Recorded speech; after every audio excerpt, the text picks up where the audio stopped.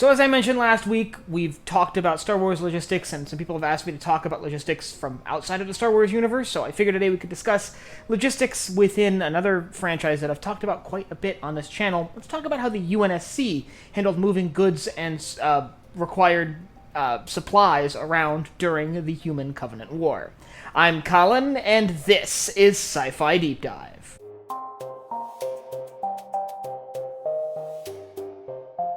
Remember, if you enjoyed this video, to head down below and hit that subscribe button. Now, before we dive into this, there's one caveat I'd like to throw out there before we begin.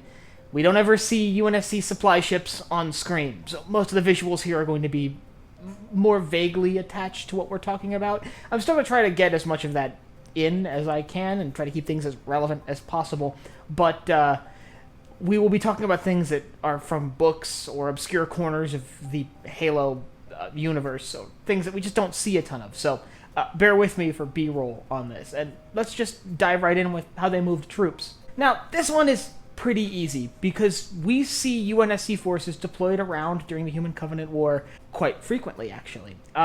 We see them transported not on dedicated transports designed for carrying troops, but more often garrisoned on dedicated warships. It seems like most Marines were part of massive Marine contingents tied to UNSC naval vessels, as opposed to having their own transport ships. Now, there's pros and cons to this that I really don't want to dive in right now, but in general, it means that, well, you're putting your ground forces in harm's way every time you enter a space battle. It does mean that you don't necessarily need a bunch of vulnerable transports to move troops for large planetary operations. That being said, I don't think there's any real instances of planetary invasions being carried out by the UNSC during the Human-Covenant War. They're almost always on the defensive. There are some minor exceptions, but I would stop short of calling them planetary invasions. Things like the Battle of Installation 005, where UNSC forces were deployed away from UNSC space, but weren't necessarily carrying out a massive planetary invasion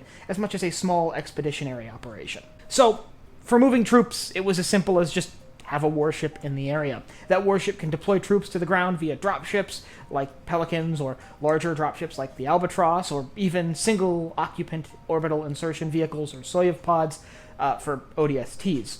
So they had plenty of ways of getting troops down to the surface of a planet, and even some fairly substantially sized capital ships were capable of landing or flying at very low altitudes, like several UNSC frigates. So, really, you just needed one vehicle, a single capital ship, to move troops from one location to another, and, you know, their smaller support complements could be beneficial, but in most cases you just use a frigate for everything. Now, where things get a little bit more complex and abstract is when it comes to supplies. The UNSC's military are humans, so they need food, they need water. When you're in the depths of space, you don't have a good source of either of those.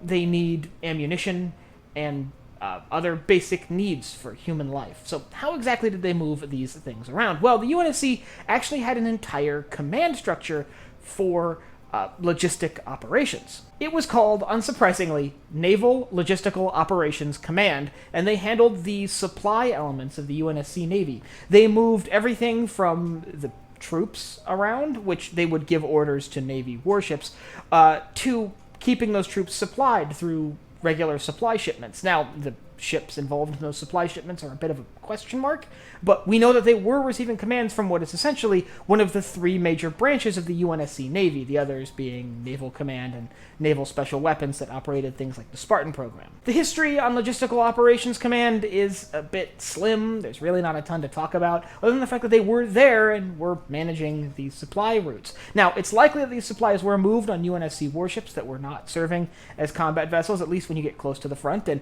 like some factions in Star Wars, I would imagine that the UNSC, especially later in the war when things were looking more and more desperate, was requisitioning civilian vessels to serve as military transports for both troops on rare occasions and more frequently for supplies for troops fighting on the front lines, defending human colonies against the seemingly unstoppable tide of Covenant destruction. We do know that the UNSC had a relatively robust system of transports that would move in between the colonies before the outbreak of the war, and even in the first few years of the war, so we know that they did have supply ships, and they did have at least cargo ships that were often completely unmanned, which would shuttle things between UNSC colonies. So it's entirely possible that these were just pushed into military service. It's also possible that with the size of UNSC vessels, because some of them are ridiculously big, that they could house the facilities to manufacture a certain level of supply on board, maybe small farms or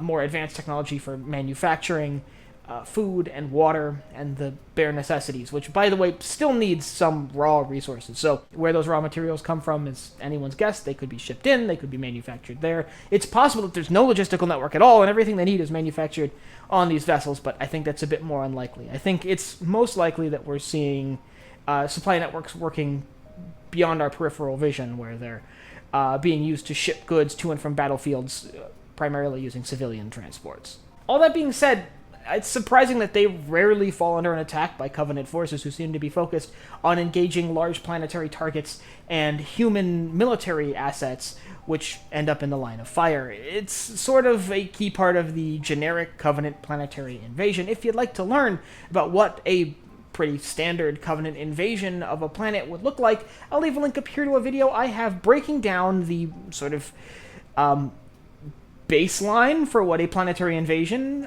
by the Covenant of a human world during the Human-Covenant War would look like. And I'd like you to let me know down in the comments whether you think the UNSC military was manufacturing the goods they needed on their warships or shipping them in. And if they were shipping them in, do you think there are dedicated military transports, or do you think they were just using civilian cargo freighters that were requisitioned into military service?